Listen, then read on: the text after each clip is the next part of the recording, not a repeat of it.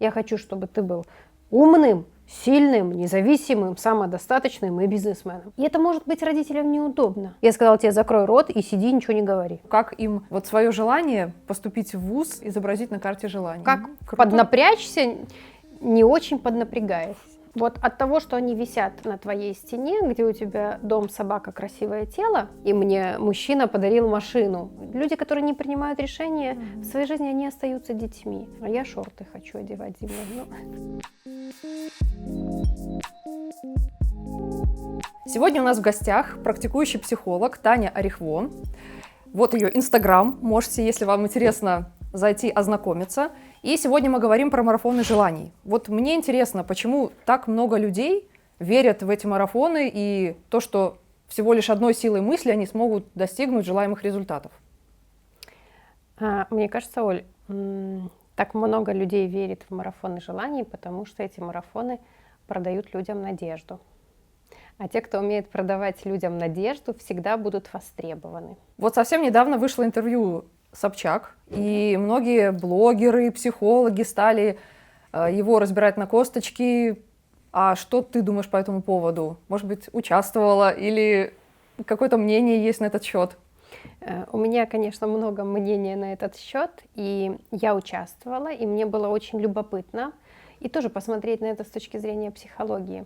И мне кажется, самое классное, что делает марафон желаний, вот так, чтобы его не демонизировать, как будто не нагнетать обстановку, что это все глупство, да? Правда, он делает хорошие вещи. И в первую очередь, мне кажется, он помогает людям осознать, а чего они хотят. Вот на самом деле это один из самых распространенных вопросов у психолога на индивидуальных сессиях. Самый такой часто задаваемый вопрос: а чего ты хочешь? И выясняется, что люди очень мало понимают про свои желания. Поэтому в этом плане марафон, он делает действительно хорошую работу, когда учит человека осознавать свои желания.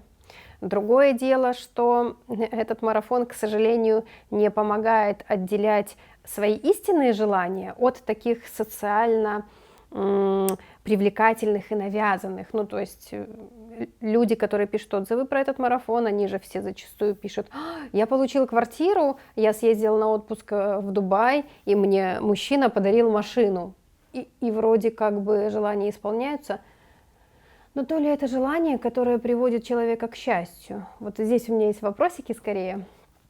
Но то, что марафон задает такие вопросы, это прям большой кусок работы, которую сделала Елена Блиновская. Угу. Но ведь это же не эксклюзив какой-то. Например, тот же Брайан Трейси, у него тоже, ты идешь к нему на лекцию, он тебе то же самое рассказывает, стоит поставить цели, загляни потом в этот список в конце года, и ты увидишь, что половина твоих целей выполнена.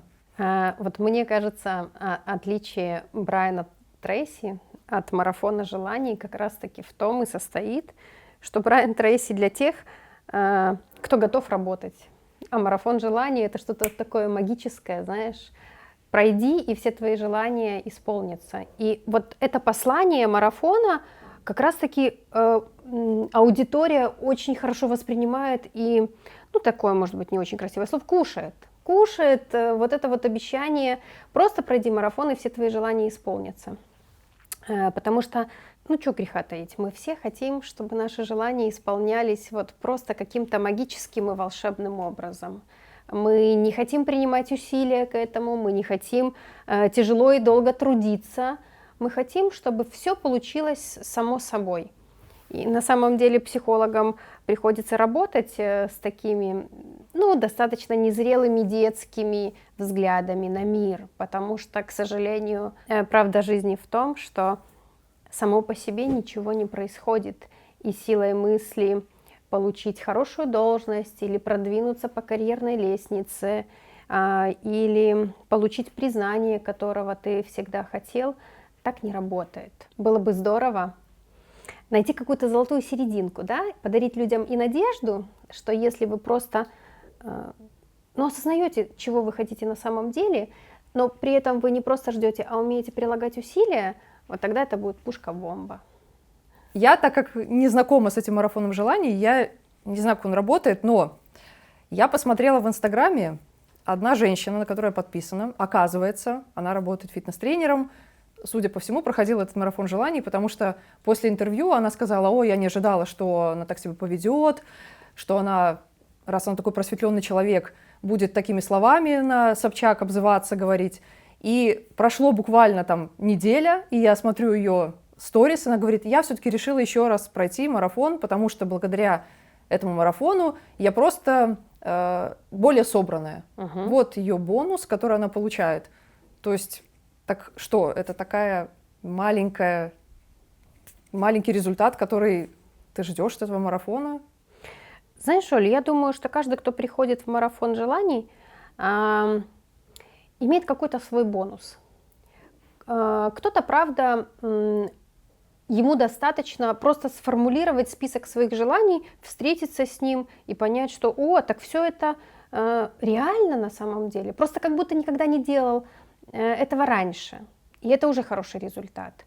Кто-то, правда, хочет услышать только слова: у вас все получится.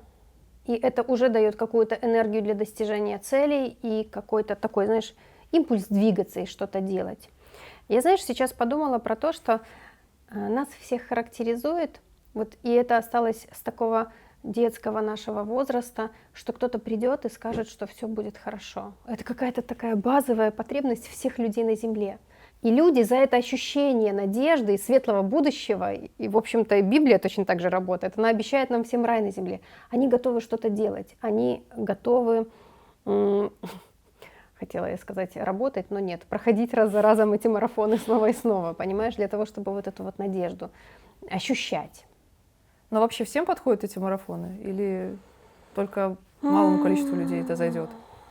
Слушай, прям это сложный вопрос, всем ли подходят марафоны. Знаешь, есть такая категория людей, которая вот отовсюду возьмет для себя что-то важное и ценное. Если я буду говорить про свой опыт, то я тоже оттуда сделала какие-то выводы. Потому что я люблю отовсюду взять свою пользу. Да? А есть люди, которые остались без результата. Но не потому, что марафон плохой или продукт плохой. Наверняка же вы в Tutor онлайн знаете, что есть такие ученики, которые хорошо пользуются вашим материалом. А есть ученики, которые не очень хорошо пользуются материалом и ничему не учатся. Это зависит от человека, а не от одинакового для всех марафона. Я думаю, что с марафоном полегче, чем с курсами Tutor онлайн, потому что все-таки надо потрудиться. Вот, это очень классная идея.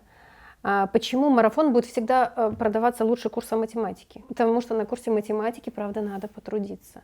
А на марафоне считается, не надо потрудиться. Как-то по-волшебному звучит. По-волшебному, да, все сработает. Да.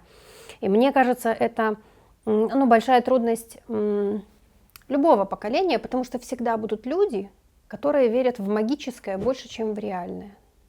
На самом деле, если позволишь, я немножко сделаю отсылку к таким психоаналитическим трудам. Ведь когда ребеночек рождается, он такой лежит, ничего не делает, кричит и плачет. Угу.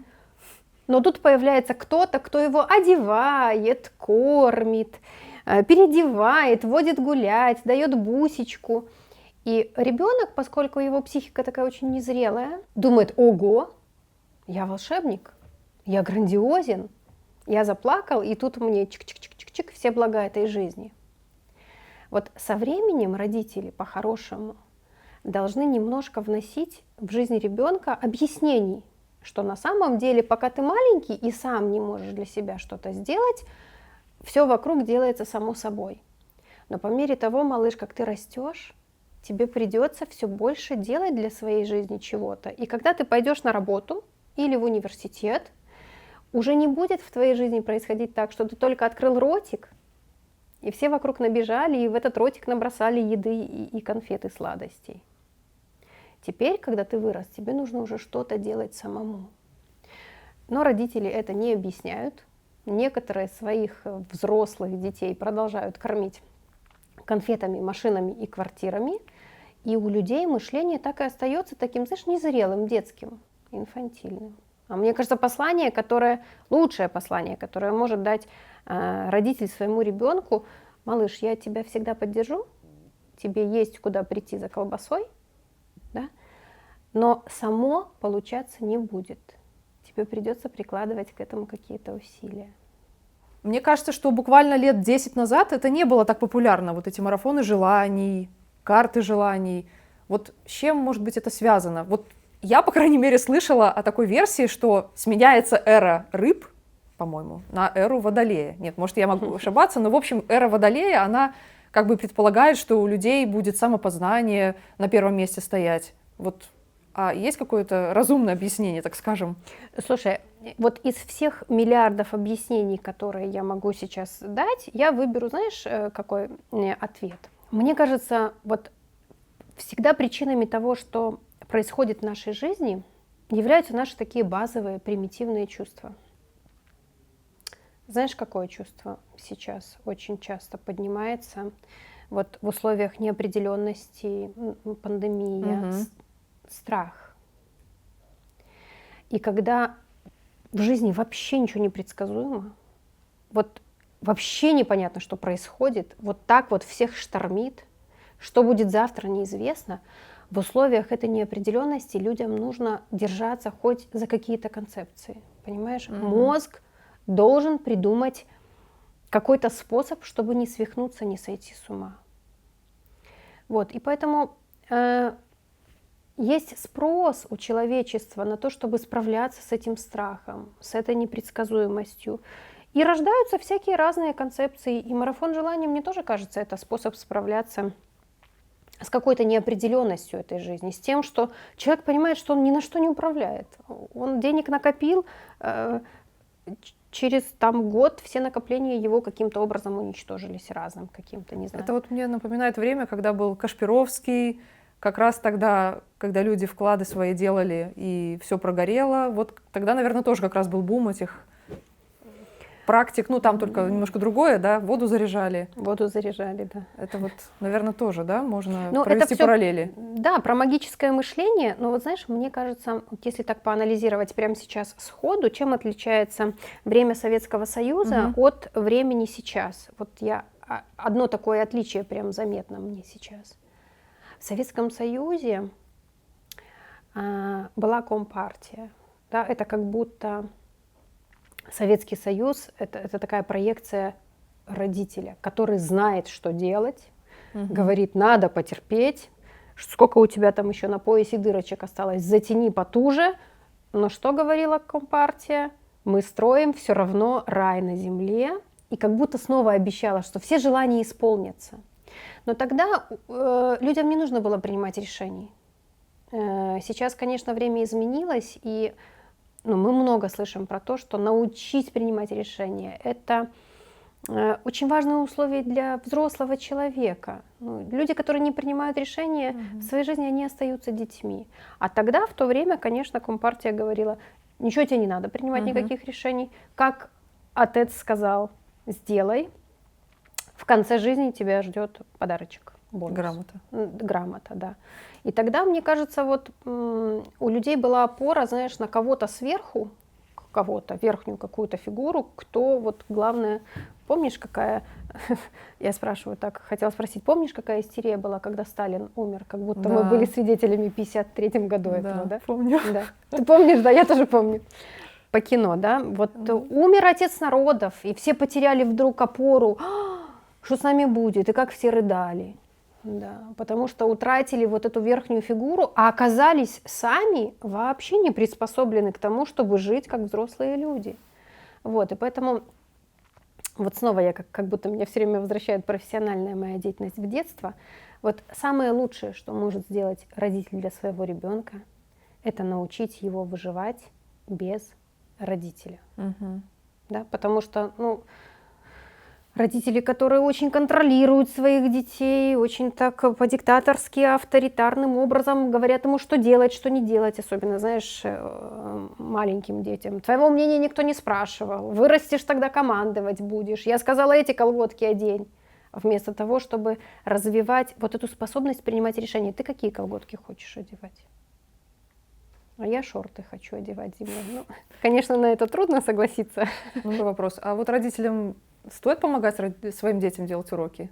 Я вообще из тех родителей, которые считают, что что-то делать с ребенком нужно по запросу ребенка. Вот иногда ребенок не просит, да, а родитель хочет помочь.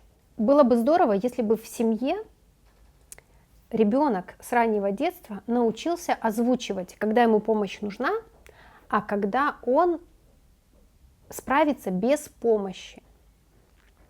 Ну и тогда он говорит: мама, я сам решу, дай мне время.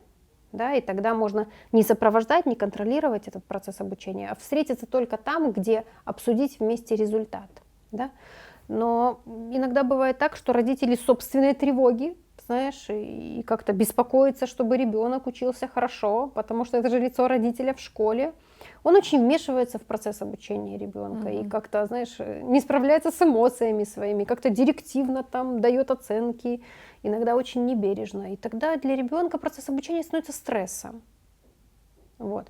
Поэтому здесь нужно как бы родителям, мне кажется, хорошо бы спрашивать: тебе помощь нужна или ты сделаешь сам? Потому что, может быть, помощь не нужна, потому что я и делать не собираюсь Да, ничего. да. И тогда ребенок говорит: нет, мне помощь не нужна, но сам, правда, ничего не делает. Да? А здесь именно ориентировать, что ты это сделаешь в любом случае, только ты выбери, пожалуйста, или сам, или со мной. Как будто такой типа выбор без выбора. В случае про шорты зимой, да? Шорты зимой мы не носим, но у тебя есть возможность одеть красные колготки или синие колготки. Да?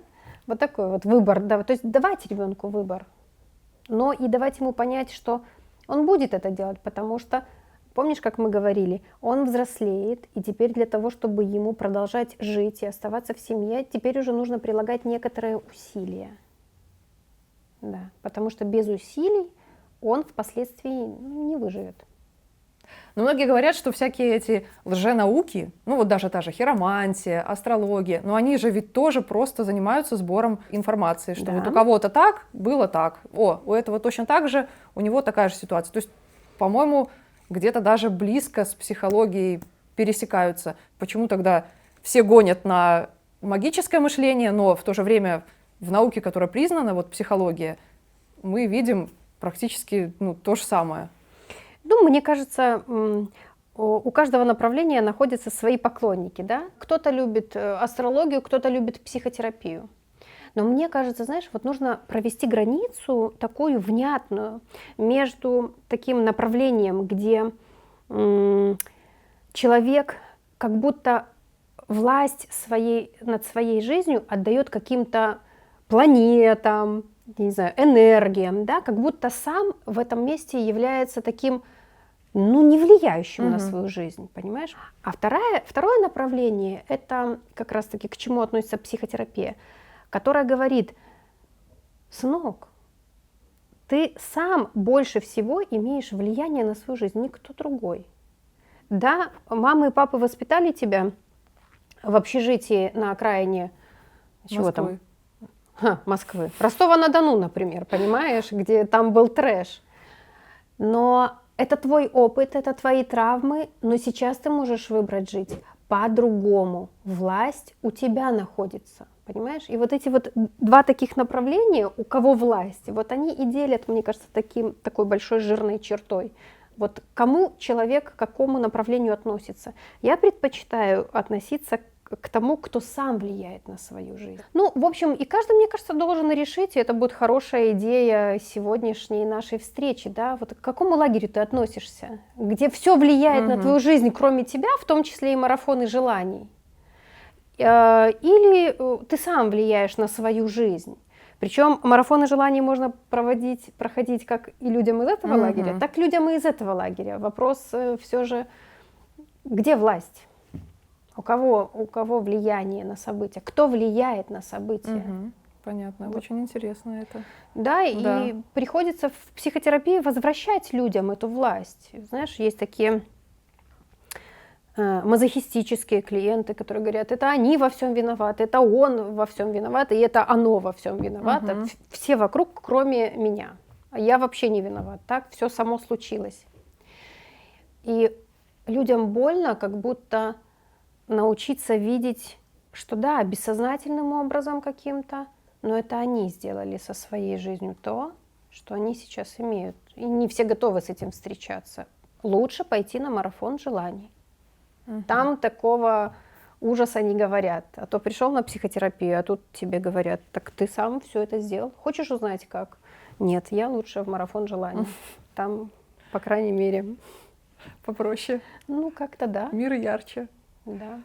А может быть, нам еще поговорить про карты желаний? Это же тоже пользуется сейчас популярностью. И, может быть, заодно затронуть тему, как это может применить в свою пользу, даже, например, при подготовке к поступлению в вуз или... Супер. Это прям шикарный вопрос. Я про карты желаний люблю говорить.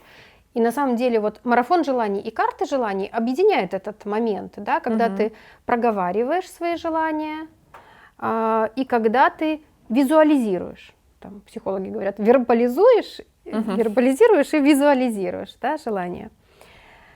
Вот про карты желаний нужно знать одно. Вот от того, что они висят на твоей стене, где у тебя дом, собака, красивое тело, просто ничего не сработает. Сработает только последовательность действий. Точно так же, как и в марафоне желаний. Ну, это мое такое, знаешь, приземленная такая моя точка зрения. Я верю, что человек сам своими руками, ногами и ртом делает свою жизнь. И если вот эта картинка красивого и здорового тела мотивирует, то человек тоже может выбрать. Либо начать ходить в зал, и тогда он приближается к этому, либо он просто смотрит на диване, знаешь, так. Духовные, да. дыхательные практики. Ничего не меняется. Я очень люблю использовать карты желаний, я себе визуализирую дом, у меня открыта вкладка на компьютере, куда я заглядываю пару раз на день, того места, где я хочу жить. И это позволяет мне, знаешь, есть такая идея про то, что сначала мы проживаем все во внутренней реальности. Все, что нас окружает, всякие великие сооружения, гениальные там мосты или там какие-то нано-микророботы, которые нас лечат, они же когда-то появились сначала в чьей-то голове в виде идеи. И человек просто последовательными своими действиями, ну, это отсюда выгрузил во внешнюю реальность. Причем 100% этот путь сопровождался миллиардом ошибок. Ну, вспоминаем же Эдисона и его 10 тысяч лампочек. Да, поэтому только тогда, когда человек преодолевает ошибки, падения, неудачи, фрустрацию, говорят психологи, по-человечески облом. Много обломов в жизни, но все равно не отказывается от своей идеи, тогда она может появиться в реальности. Точно так же и про карту желаний. Когда ты смотришь на нее, и она кажется тебе реальной, она кажется тебе естественной, да? Чуть-чуть приближаешься вот к этой картинке красивой, тогда она имеет, ну, реальность воплотиться. Но, наверное, Оль, есть один момент.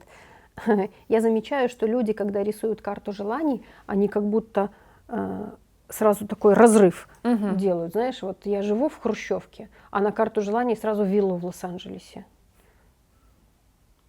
Мечтай по-крупному. Ну, вообще, знаешь, в такую крайность, так тхдыщ. И обломаться, конечно. Потому что от квартиры там однокомнатной где-нибудь в Рыбинске до виллы в Лос-Анджелесе много лет и много усилий. Для того, чтобы карты работали эффективнее, что называется. Так. Вот эта дельта я прям рекомендую. Такая рекомендация по созданию карт. Я рекомендую маленькую дельту закладывать. Ну, например, от двухкомнатной квартиры в Рыбинске, например, трехкомнатная квартира в Рыбинске или трехкомнатная квартира на полпути к Москве. Понимаешь, такие маленькими отрезками двигаться, чтобы не обламываться об свои вот сразу такие грандиозные мечты. А может быть, мы тогда порекомендуем нашим зрителям, вот, например, они готовятся к поступлению, может быть, какую-то рекомендацию, как им вот свое желание поступить в вуз, например, изобразить на карте желаний. Может быть, это их будет стимулировать, например, заниматься на нашем курсе математикой. Слушай, у меня другая идея, я тебе сейчас поделюсь, и мы обсудим, как тебе. Знаешь, мне кажется, хорошим заданием будет, если мы предложим вашим ученикам, которые собираются поступать в ВУЗ, написать какой-нибудь эссе или какой-нибудь легкий рассказик, но с точки зрения того, как изменится их жизнь, когда они уже поступили в ВУЗ, и их жизнь продолжается дальше. То есть вот это поступление в ВУЗ не делать финальной какой-то мечтой, а сделать промежуточным шагом, тем самым мы как будто снимем, знаешь, такой, много важности и значимости, потому что много страха в этом, мне кажется, да, что вот если не сдам, то всю жизнь закончится. Да, что вот ЕГЭ это все прям это все предел. Да. А давайте мы отнесемся к этому как к промежуточному шагу, представим, что все прошло хорошо и как это повлияло на нашу жизнь. То есть не на один шаг перепрыгнем, а на 2 шага. Например, как изменилась ваша жизнь к лучшему. Потому что в чем-то она, мне кажется, изменится к худшему. Всегда есть 2 стороны. Об этом говорить. Да. Как изменилась ваша жизнь к лучшему, когда вы уже сдали ЕГЭ, и благодаря этому учитесь в каком-нибудь классном вузе, в котором вы хотели, и как будто написать вот из такого, запрыгнуть в будущее и написать его как будто из сегодняшнего дня, например. Я Таня, мне столько-то годиков, год назад я сдал ЕГЭ и поступил туда, куда хотел. И вот сейчас я нахожусь в том месте, у меня новая компания, я благодаря этому начать фантазировать. Интересно, да, хорошее предложение. Мне кажется, что можно попробовать это сделать. Да? Будет полезно. И как-то, мне кажется, у меня тоже энергия сейчас поднимается, я начинаю руками махать, думаю, это как-то азартно, как-то пофантазировать. Сейчас очень популярны всякие блогеры, так, там, я не сильна в их именах, но в любом случае они же вот предлагают, мне кажется, ребятам там инфопродукты какие-то, как, может быть, ребятам отличить хорошее от плохого. Вот для многих там слово, не знаю, Дани Милохина — это закон. Вот как им, скажем так, отличить, на что стоит свое внимание обратить, а на что как бы фильтровать? Знаешь, Оль, ты прям такую большую тему поднимаешь, потому что вот эта вот история, когда подросток какой-то, ребенок, вот просто слепо доверяет какому-то человеку, а именно только картинке какой-то. Это тревожный сигнал на самом деле. Как будто он сам не может отделить свое желание от навязанного. Знаешь, как будто сливается, как будто вообще теряет собственное ощущение, границы, размытым таким становится. Типа, знаешь, иногда я это в семейных парах встречаю. Приходит муж с женой в ресторан, а жена говорит: я не знаю, что я хочу, закажи мне ты. Знаешь, вот это та же похожая история. Я не знаю, что я хочу, продайте мне то, что вы считаете мне надо. Очень стрёмная история, потому что, друзья мои, дружочки, впоследствии, если вы не будете отделять, чего вы хотите, что вам нравится, что не нравится, любой вам будет втюхивать в жизни то, что нужно ему. Это такая почва для манипуляций. Вы перестаете быть здравомыслящим человеком, который говорит: так, сколько у тебя продуктов здесь? Инфопродуктов 10. Конечно, наверное, я думаю, все мне не нужны. Давай-ка мы посмотрим, что мне интересно, что мне пригодится, что мне нравится. Знаешь? А вот это вот навык вот этот, про себя думать, замечать, что мне нравится, что не нравится, она такая очень тревожная. Поэтому вот эта вот история нашего советского детства, что я последняя буква в алфавите, сейчас очень пагубная. Потому что вот эту вот историю «я последняя буква в алфавите» обычно с целью манипуляции хорошо продавливали некоторые родители, знаешь. Ты что тут о себе вздумал думать? Вон у тебя какая большая семья. Мать скоро на пенсию пойдет, кто ее кормить будет? Надо, чтобы ты. Тебя рожали для чего? Вот. И, в общем-то, те давние какие-то семейные такие паттерны действительно детей рожали, чтобы обслужить потом себе какие-то потребности. Сейчас немножко время изменилось. Сейчас очень важно, чтобы человек был осмысленным, осознанным и хорошо понимал, где я, где не я, где мои желания, где навязанные. Вот. Да, это очень интересно. Я вот просто еще тоже думаю, что буквально мне казалось, совсем недавно был вот этот культ, там, не знаю, программистов, что модно было быть умным. А сейчас вот я задумываюсь, что богатый, неумный, и люди на него равняются. Ну вот молодежь именно. Как-то Да, это потому что не нехорошо. сформировано, знаешь, какое-то собственное такое критичное отношение к тому, что происходит. Какое-то витает в воздухе, что ты можешь ничего не делать, и там в Инстаграме выстрелил, и все, у тебя куча денег. Ну то есть это учеба, это не главное, что... Мгм. К сожалению. Вот. Поэтому родителям в этом месте критическое мышление своего ребенка надо бы развивать. А для этого, знаешь, что нужно делать? Спрашивать мнение своего ребенка. Мгм. Вот ты что будешь сейчас, сосиску или котлету? Знаешь, а родители как где? Тебя никто не спрашивает. Я тебе положила сосиску, ешь. Или тебе что на ужин приготовить, щавель или борщ? И пусть ребенок учится делать выбор в своей жизни, опираясь на собственные какие-то... И это может быть родителям неудобно. Пока. Знаешь, есть такая шутка в интернете, где-то повстречала, такая карикатура.